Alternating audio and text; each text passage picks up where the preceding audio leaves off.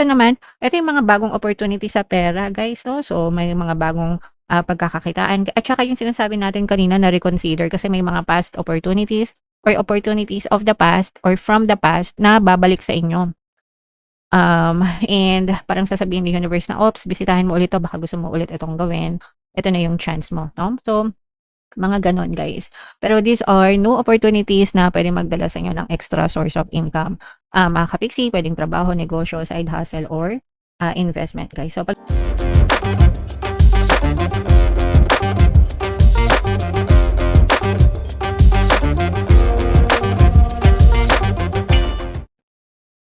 hello guys, hello Pisces, welcome back to Pinoy Pixie Tarot. Ang pamagat ng episode natin for tonight is monthly horoscope para ngayong July para sa Pisces, Sun, Moon, Rising Sign, and Venus. Unahin natin tong deck na to guys. Ito yung mga angel messages sa inyo.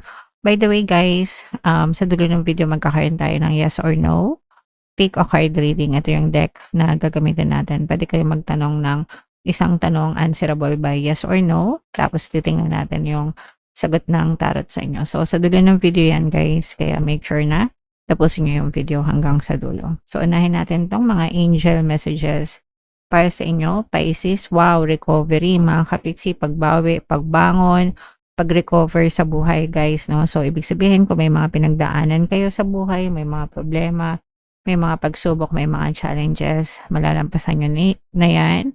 And makakabangon din kayo. Gano'n din guys sa kalusugan 'no, if nagkasakit kayo, nagdanas kayo ng mga, health problems, puwedeng unti-unti na rin kayong nakaka-recover. Pero guys, siyempre pagdating sa kalusugan, make sure na, 'wag niyong i-take for granted and magpakonsulta, magpa-check-up. Kung kinakailangan mga ka-pixie, okey? Alright. Another message for you Pisces, no need to worry guys 'no, huwag kayong mag-alala or wala kayong kailangang ipag-alala. The universe has your back, the divine creator has your back mga ka-pixie, the divine spirits are with you, so you don't need to worry guys 'no. Yun yung dapat na alisin natin, i-eliminate natin sa buhay natin guys, yung pag-aalala, pag-worry. Although naiintindihan ko naman as a human being guys, lalo na 'pag may mga problema talaga tayo, instant reaction natin 'yan, mag-worry kasi it's something na hindi tayo pamilyar 'no. But you also have to understand na worry will create more circumstances na magwo-worry kayo. So, iwasan niyo na rin mag-worry, guys, okay? And another message for you Pisces, reconsider. So ibig sabihin nito guys, ngayong July 'no, baka may mga options or opportunities na puwede kayong i-reconsider sa buhay niyo kasi yung mga opportunities na 'yon or mga options na 'yon baka puwede niyo na siyang gawin ngayon. Kunwari, dati gusto niyong magnegosyo pero hindi niyo nagawa kasi super busy kayo. Ngayon baka gusto niyo siyang i-reconsider kasi baka may time na kayo, may budget na kayo, baka puwede niyo na siyang gawin, 'di ba? Malay niyo do'n pala kayo, sumakses, okey? So 'yun yung ibig sabihin ng, reconsider guys. So make sure na, i-check niyo yung mga options niyo, mga ka-pixie, sorry. I-check niyo yung mga options niyo, sa buhay, mga ka-pixie, okey? Alright. So comment down below guys if naka-resonate kayo diyan. Ito naman ay sa love guys, eto mga mensahe sa inyo ng person nyo. So, tingnan natin yung mga messages ng person nyo. Pisces, kung ano lang yung makaresonate sa inyo, take that message. I'm sorry. So, nagsusorry siya. Eto guys, mahirap sabihin yung salitang sorry. Feeling ko mas mahirap pang sabihin yung sorry kesa sa I love you. Kasi pag sorry, medyo kinakain niya ng guilt, no? Guys, parang ego dahil sa ego. Kaya hindi masabi yung sorry personal. Pero sometimes kahit na hindi masabi ng personal, at the back of their mind, nagso-sorry sila sa inyo. So ito guys, kung may nagawa yung person nyo, puwedeng nagsisisi na siya sa mga nagawa niya and, gusto niya mag-sorry pero puwedeng hindi mo marinig sa kanya personal for some reason. Puwede niyo guys pakinggan yung Pampakonsensya Subliminal. Marami din na rin yung success story na nagso-sorry talaga yung, person nila. So, kung meron silang nagawa sa inyo. Minsan kasi hindi tayo maka-move on 'no, hanggang hindi sila nagso-sorry sa'tin, guys. Kaya yung iba talaga gusto nila na nagso-sorry. So, yeah, puwede niyong pakinggan yung pampakonsensya subliminal natin para mag-sorry sila sa inyo, Pisces. Ikaw ang gusto ko na makasama. So, 'yan, coming straight from your person. Mararamdaman niyo naman 'to guys kung feeling niyo para sa inyo yung mensahe, mga ka-Pixie, okey? And kailangan ko munang lumayo. So, eto guys, puwedeng dahil sa guilt eto 'no, kasi puwedeng may nagawa siya na hindi maganda sa'yo kaya gusto niya munang lumayo, mag-isip-isip, and puwedeng gusto rin niyang pakalmahin yung sitwasyon kasi minsan kapag sobrang tensyon or may tensyon dun sa relationship, minsan mas lalong nagkakagulo, minsan mas lalong nagkakaaway, mas lalong nagke-create, ng gap, guys, okey? So, okey lang din yung paminsan-minsan layo-layo muna, mga kapit doon niyo mare-realize kung gaano niyo pa rin kamahal yung isa't isa. Alright? So, comment down below if feeling niyo naka-resonate kayo diyan. So, shuffle natin 'to guys, hanapin natin yung energy ng Pisces. Habang sina-shuffle ko 'to, panoorin niyo muna guys yung video natin regarding sa ating paano mag-manifest ng abundance video course. Kapiksi, sawa ka na ba sa mga struggles at hirap sa buhay mo? Masipag ka ba at masikap sa buhay ngunit hindi ka pa rin umaasenso? Ilang beses ka na bang nag-attempt mag-negosyo at mag-invest pero palagi ka pa rin nalulugi? Sa pagkakataon na ito ay maaaring may subconscious beliefs ka na nagiging balakid sa iyong pag-unlad at pagyaman. Introducing, paano mag-manifest ng abundance video course. Dito ay matututunan mong ma-overcome ang mga balakid mo para tuluyan ka ng umunlad, umasenso, sumagana, maging matagumpay, successful at maswerte sa iyong kabuhayan, pera, trabaho, negosyo, salapi at kaperahan ng bonggang-bongga.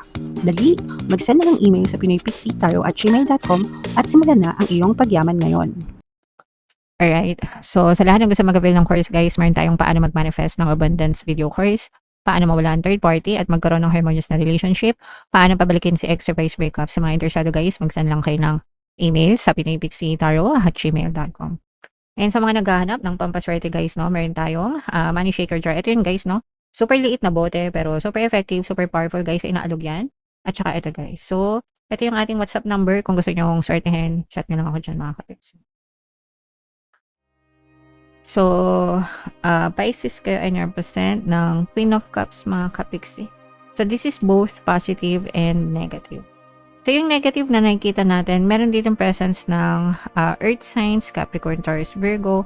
For some of you guys, maaaring may earth element kayo sa inyong natal chart or you may be dealing with another earth sign. Ito guys, balakid ito sa buhay. Kailangan nyo itong ma-overcome, no? Kasi for some of you, yung mga balakid nyo, ito yung mga worries. Kaya nga sabi sa inyo kanina, di ba, sa first message nyo is you don't need to worry or no need to worry mga kapiksi. Kasi for some of you, talagang mabilis kayo mag-alala at saka very emotional kasi kayo water sign, no?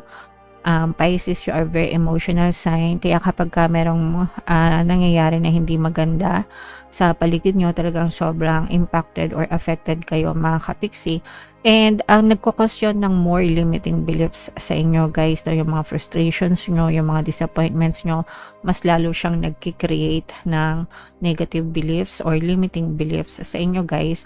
And yung mga limiting beliefs na yun, yun yung nagiging sanhi ng balakid sa buhay nyo mga kapiksi. So, kapag ka may nangyaring hindi maganda, observe nyo lang guys, no? Kasi it's already in the past. Alam nyo ba yon? Yung nangyayari sa buhay nyo ngayon, yan ay resulta ng past thoughts nyo. Yan yung mga resulta. Kasi may delay palagi sa 3D. Yung ibig sabihin ng 3D guys, yung physical reality nyo, yung nakikita nyo, yung experience nyo mismo. It's a delayed projection of your dominant thoughts in the past, no? Ibig sabihin, yan na yung mga dati nyong paniniwala, dati nyong inisip, dati nyong pattern, mga kapiksi, ngayon lang siya napupush out, ngayon nyo lang siya na-experience. So, kung negative yung na-experience mo ngayon, ibig sabihin, pwedeng nung isang linggo, nung isang buwan, nung isang taon, puro negative ka, kaya na-experience mo, puro kanegahan. And kung gusto mo mabago yung future mo guys, kailangan yung present mo, puro magaganda yung isipin mo, puro positive, ganyan, hanggang sa unti-unting mag-catch up yung physical reality mo. Nagets nyo ba? Anyway, yun yung sinasabi ko. Kung hindi nyo maintindihan, okay lang. But, guys, no? So, alisin nyo tong mga limiting beliefs na to kasi ito yung nagiging balakid sa buhay nyo, mga kapiksi. Sa positive naman, eto guys, unahin natin sa love life, mga kapiksi, no? Kasi, pagdating sa love, guys, yung sinasabi natin, yung focus ng attention nyo kasi guys is nasa sarili nyo muna. Gusto nyo muna mag-heal kayo. Lalo na kung meron eto guys, no? Meron kayong negative circumstance ng person mo. Ito talaga, ma-experience nyo talaga itong pag-sorry sa'yo ng person mo. This is sincere, guys, no? Kapag nag-reach out yung person mo sa'yo ay nag-sorry siya, sincere siya, mga kapiksi, kasi gusto talaga niyang makipag-reconcile. And yung iba sa inyo talagang maaaring ligawan, suyuin ulit kayo ng person nyo, mga kapiksi, with the intention na makipag-ayos talaga at makipagbalikan sa inyo, guys. So, maganda talaga yung intention sa inyo ng person mo. At least sa ngayong panahon na to, parang medyo na-realize na ng person mo. Ayan nga, no? So, nagkaroon na siya ng realization, guys, na ikaw yung gusto niyang makasama, mga kapiksi. So, pwedeng nauntog na, nagising na, nahimasmasan na, no? Kaya ganun, kaya ganyan na siya sa inyo. Guys, okay? So, yun yung sa love. Ito naman, ito yung mga bagong opportunity sa pera, guys, no? So, may mga bagong pagkakakitaan. At saka yung sinasabi natin kanina na reconsider kasi may mga past opportunities or opportunities of the past or from the past na babalik sa inyo. And parang sasabihin ni universe na, oops, bisitahin mo ulit to, baka gusto mo ulit itong gawin. Ito na yung chance mo, no? So, mga ganon, guys. Pero these are new opportunities na pwedeng magdala sa inyo ng extra source of income. Mga kapiksi, pwedeng trabaho, negosyo, side hustle, or investment, guys. So, pagdating sa ganyan, pag-aralan yung mabuti, guys, kasi baka dyan na pala kayo asenso. Merong mga celebration dito, guys. Yeah, for some of you, there are some celebration. Yung celebration dito, guys, is more on sa love, no? Kasi nga, yung iba talagang maaaring magkaroon ng reconciliation kayo, guys, no? So, pwedeng maging masaya ulit kayo and your family and your friends will support you dyan sa decision nyo kung gusto nyo makipagbalikan sa mga jowa nyo. Pero syempre, guys, wala namang magagawa yung pamilya nyo or kaibigan nyo, di ba? Kung gusto nyo kung gusto nyo na sakit ng ulo ulit, hindi naman nila kayo mapipigilan. Pero, they are happy for you if you are happy, mga kapiksi. Okay? Alright. And ito naman, mga kapiksi, ito yung may mga konting problema. Ito naman mga problema na to, guys, is pwedeng sa pera ito, guys, no? Baka matakbuhan kayo ng pera. Baka may umutang sa inyo. At tsaka, guys, parang merong umuutang sa inyo ng maliliit. Pero pag pinagpatong-patong, malaki na yung total ng utang. Baka meron kayong ganitong klase ng sitwasyon na hindi nyo mahindian. So, kunwari, pamilya mo, kapatid mo, or magulang mo na palagi nangungutang, tapos hindi na binabalik, or kamag-anak, ganyan. So, parang medyo nabibigatan na kayo sa ganon. Tapos, baka magkapalitan kayo ng maanghang na salita. So, yeah. Ayusin nyo na lang yung pakikipag-usap. Pwede kayong humindi, guys, pero gawin nyo sa maayos na paraan para wag kayong magkaaway-away. Okay? Alright. So, yeah. Comment down below, Pisces, if feeling nyo naka-resonate kayo dyan. Ito, guys, itong mga bagong opportunities na to. Itong mga reconciliation, guys. Mga bagong opportunities sa pera. I-mind nyo na yan, guys, sa comment section na yung mga magagandang energy natin for you, Pisces. So, ito yung ating yes or no pick a card reading, guys. Sabi nga ng malalim. Itanong sa isip yung gusto nyong malaman for July. And then, pili kayo ng isang card, guys. So, ito yung card 1, card 2, card 3. So, kung card 1 ang napili nyo, ang sagot sa tanong nyo ay yes. Kung card 2 naman, ang sagot sa tanong nyo ay yes. And kung card 3, ang sagot sa tanong nyo ay yes, mga kapiksi. Alright? Okay, so yeah. Comment down below if naka-resonate kayo, guys. For more tarot readings, ito yung playlist nyo. Ito naman yung ating success stories ng paano mag-manifest ng abundance with Lucas. Panoorin niyo tong video natin guys about money shaker jars. Thank you for liking, sharing, and subscribing. See you next time. I love you all guys. Have a nice day. Bye-bye.